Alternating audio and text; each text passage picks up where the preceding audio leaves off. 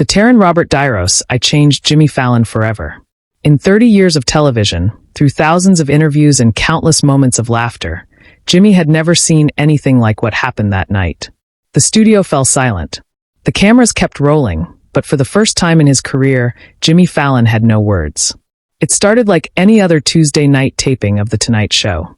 The audience was energetic, the band was ready, and Robert De Niro was scheduled to promote his latest film. But what unfolded in those 12 minutes would become the most powerful moment in late-night television history. A moment that reminded everyone watching that beneath the laughter, the games, and the entertainment, television could still touch the deepest parts of the human soul.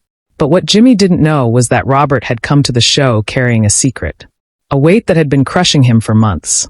And when that song began to play, everything changed. If you want to witness how a single moment can transform not just the show, but the man hosting it, subscribe now because this story is just beginning. The Tonight Show studio was buzzing with its usual pre-show energy. Jimmy Fallon adjusted his tie for the third time, glancing over his note cards while the band warmed up in the background. It was March 15th, 2024, and Robert De Niro was the main guest, always a reliable booking. The legendary actor had been on the show multiple times, and Jimmy knew exactly what to expect. Stories about his latest project, some gentle ribbing about his serious demeanor, maybe a game or two. 5 minutes to air, called the floor manager. Jimmy looked out at the audience, 200 faces eager for entertainment. In Section B, he noticed an elderly woman in the front row, probably in her 80s, wearing a vintage dress and clutching a small photograph. She'd caught his attention during the warm-up because unlike everyone else who was laughing and cheering, she sat quietly, almost reverently, as if she were in church rather than a television studio. Robert De Niro entered from stage left, walking with his characteristic measured pace. But Jimmy, who had developed an eye for reading people after decades in television, noticed something different. The actor's usual confident presence seemed subdued. His eyes, normally sharp and penetrating, appeared distant, almost fragile. Robert De Niro, everyone, Jimmy announced as they went live, and the audience erupted in applause. De Niro smiled, but it was the kind of smile Jimmy had seen before. The professional mask that celebrities wear when they're carrying something heavy inside. The interview began normally. They discussed Robert's new film, shared a few behind-the-scenes stories, and the audience laughed at Jimmy's impressions. But as they approached the commercial break, Jimmy decided to venture into more personal territory. "You know, Robert, I've been thinking about legacy lately," Jimmy said, leaning back in his chair. "You've given us so many incredible characters, but I'm curious. What's the role that means the most to you personally?" De Niro paused longer than usual. His fingers drummed silently on the arm of his chair, and Jimmy could see something shifting behind his eyes. That's an interesting question, Jimmy," De Niro replied, his voice softer than normal. "You know, there are roles you play for the audience, and then there are roles you play for yourself. The most important one isn't on any screen." Jimmy stopped mid-joke. The entire studio froze. Something in Robert's tone made Jimmy set down his note cards. This wasn't the scripted banter they'd rehearsed. This was something else entirely, something real and raw and completely unplanned. "Tell me about that," Jimmy said quietly, abandoning his prepared questions. Robert looked out at the audience, his gaze settling on the elderly woman in the front row. She was still clutching that photograph, and for a moment, their eyes met across the studio. "My father died when I was 7, Robert said, his voice barely above a whisper.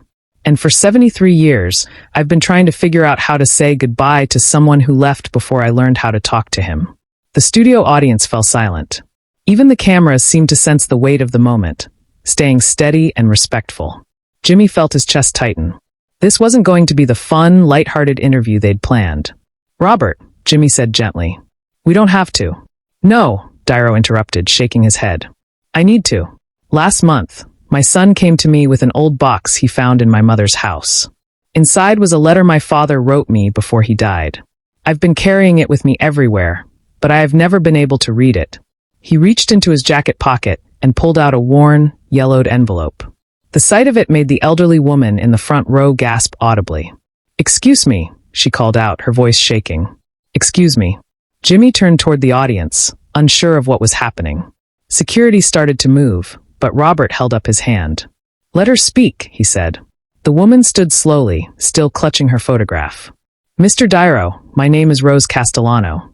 I was your father's neighbor in Little Italy. I knew him before you were born. The studio collectively held its breath. Jimmy looked back and forth between Robert and Rose, realizing they were witnessing something completely unprecedented. Behind the scenes, Fallon made a decision that defied every producer's expectation. Cut the commercial break. Jimmy told his producer through his earpiece, "Keep rolling." He stood up from his desk and walked over to Rose, helping her out of her seat. "Would you like to come up here?" As Rose made her way to the stage, Robert stood as well, the letter trembling in his hands. When she reached them, she held up the photograph. It was a picture of a young man in a Navy uniform. "This is your father, Robert." This was taken the day before he shipped out. He used to sit on his stoop every evening talking about his little boy. He'd tell anyone who'd listen about how proud he was of you, how he couldn't wait to teach you to throw a baseball. Robert's composure began to crack, his eyes filled with tears as he looked at the photograph of a father he barely remembered. "He wrote you letters," Rose continued. "Dozens of them. He'd write one every night, planning all the things he wanted to tell you when he came home. Your mother, she gave me this one, but she was too heartbroken to give you the rest." Jimmy felt tears welling up in his own eyes. In 20 years of hosting, he never seen anything like this unfolding live on television. "Rose," Robert whispered, Would you help me read it?" She nodded, taking the letter from his shaking hands. As she began to open it, Jimmy made another spontaneous decision. He walked over to his desk and pressed a button that connected him directly to the show's music department. "Play track 17, he said quietly. "The one from my wedding playlist." But this is the moment no one in the studio and no one watching at home ever saw coming. As Rose opened the letter, the soft sounds of Moon River began to fill the studio. It was Robert's father's favorite song. Something Rose had mentioned in a whisper to Jimmy during a commercial break years earlier when she'd first tried to contact the show. Robert's knees nearly buckled when he heard the opening notes. How did you know?" Jimmy's voice was thick with emotion. "Rose called the show 3 years ago. She's been trying to reach you ever since. She said, if you ever came on, I should play this song. Your father used to sing it to you when you were a baby." Rose unfolded the letter, her hands steady despite her age. In a clear, strong voice, she began to read. "My dearest Robert, by the time you read this, I'll be gone. But I need you to know that every breath I took was for you. I won't be there to see you grow up, to teach you how to shave or drive a car or talk to girls. But I need you to know that you are my greatest role, my finest performance, my legacy." Robert broke down completely. Not the controlled actor's cry, but the deep, wrenching sobs of a child who had finally found his father. After 7 decades of searching, Jimmy did something he'd never done before in his career. He removed his tie, the one he wore for luck every show given to him by his own father, and placed it gently in Robert's hands. "Keep this," Jimmy whispered. "Every man needs something from his father. Subscribe and leave a comment, because the most powerful part of this story is still ahead." The audience was on its feet, but it wasn't applause, it was respect. 200 people standing in silent witness to something sacred. The cameras captured every tear, every embrace, every word of the letter as Rose continued reading. Robert's father had written about baseball games they never play, about advice he'd never give, about pride he'd never be able to express. But more than that, he'd written about love, unconditional, eternal, unbreakable love. When Rose finished reading, Robert took the photograph and held it against his chest. For a moment, he was no longer the tough guy from Taxi Driver or the patriarch from The Godfather. He was just a 7-year-old boy who had finally heard his daddy say he loved him. "Thank you," Robert whispered to Rose, then turned to Jimmy. "Thank you for letting this happen." Jimmy, still fighting his own tears, made one final decision that night. He walked to the edge of the stage and addressed his audience directly. "Ladies and gentlemen, I've been hosting this show for 10 years. I've interviewed presidents and pop stars, comedians, and athletes. But tonight, I learned something I'll carry with me forever. The most important conversations aren't about movies or music or fame. They're about love, about family, about the moments that make us human."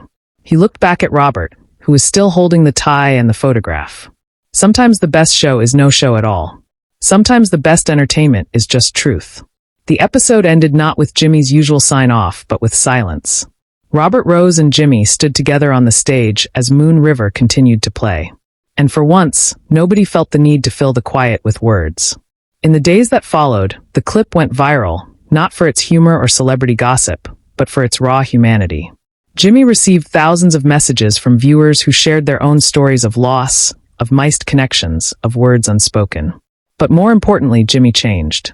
He kept that episode close to his heart, and it influenced how he approached every guest afterwards. He learned that sometimes the best interview questions aren't in the script, they're in the heart. The tie he gave Robert that night became a symbol. Robert had it framed along with his father's letter, and it reminded him that fathers pass their love down in ways we can't always see, through strangers who become family, through kindness that appears when we need it most. Rose Castellano became a regular presence at The Tonight Show, not as a guest, but as a reminder that the most powerful stories are often carried by the most unexpected messengers. And Jimmy Fallon learned that the greatest moments in television aren't planned, they're felt. They happen when we stop performing and start being human. Share and subscribe. Make sure this story is never forgotten. Because in a world full of entertainment, sometimes what we really need is just a moment of real connection, real love, and real truth. 3 months later, Jimmy received a package with no return address. Inside was a small wooden box, handcrafted and worn smooth by age. Tucked inside was a note from Rose Castellano. "Dear Jimmy, Robert's father made this box for his son's first birthday. He never got to give it to him. Robert wanted you to have it because you gave him something he never thought he'd find. A father's love delivered by a friend." The box sits on Jimmy's desk to this day, not as a trophy or memento, but as a reminder that the most profound moments in life come when we stop trying to entertain and start trying to connect. It reminds him that television's greatest power isn't making people laugh. It's making them feel less alone in the world. Robert kept that tie Jimmy gave him. He had it framed alongside his father's letter. And every morning before he goes to work, he looks at both. The words of a father he never knew, and the gesture of a friend who helped him find his way home. The episode changed more than just Robert and Jimmy. Letters poured in from viewers around the world. Sons who called their fathers for the first time in years. Daughters who shared long-held secrets. Families who realized that love doesn't have an expiration date. One viewer wrote, "I watched my dad cry for the first time in my life during that episode. We talked until sunrise." Rose Castellano passed away 6 months later, but not before Jimmy made sure she knew how many lives she touched by carrying that letter, that photograph, and that memory for 70 years. Her funeral was attended by dozens of people she'd never met. Viewers who felt connected to her story and wanted to honor the woman who proved that love finds a way. Even across decades of silence, Jimmy's approach to interviews changed forever after that night. He learned to listen not just for the punchline, but for the heartbreak underneath.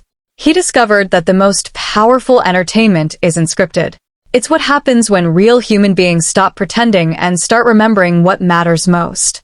The Tonight Show won multiple awards that year, but Jimmy never mentioned that episode in his acceptance speeches. Some moments are too sacred for trophies, too important for accolades. They exist not to be celebrated, but to be remembered, shared, and lived. That night, Jimmy didn't just host a show. He witnessed a son finding his father, a stranger becoming family, and a moment when television remembered its highest purpose to bring people together in their shared humanity.